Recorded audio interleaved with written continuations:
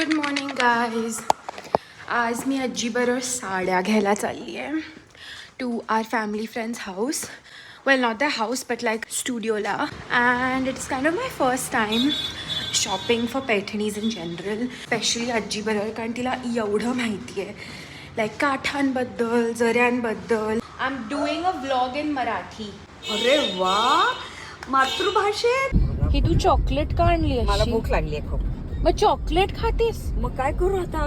But I can't believe दिस. म्हणजे insane. I still, म्हणजे आता मला कळतं की काय माझं नशीब सुंदर होतं की I was born in a mansion with 26 rooms.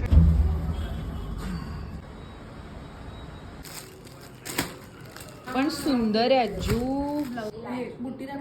हो, या साडीचा. निराळ आहे. हा, मग ही आवडली आहे का?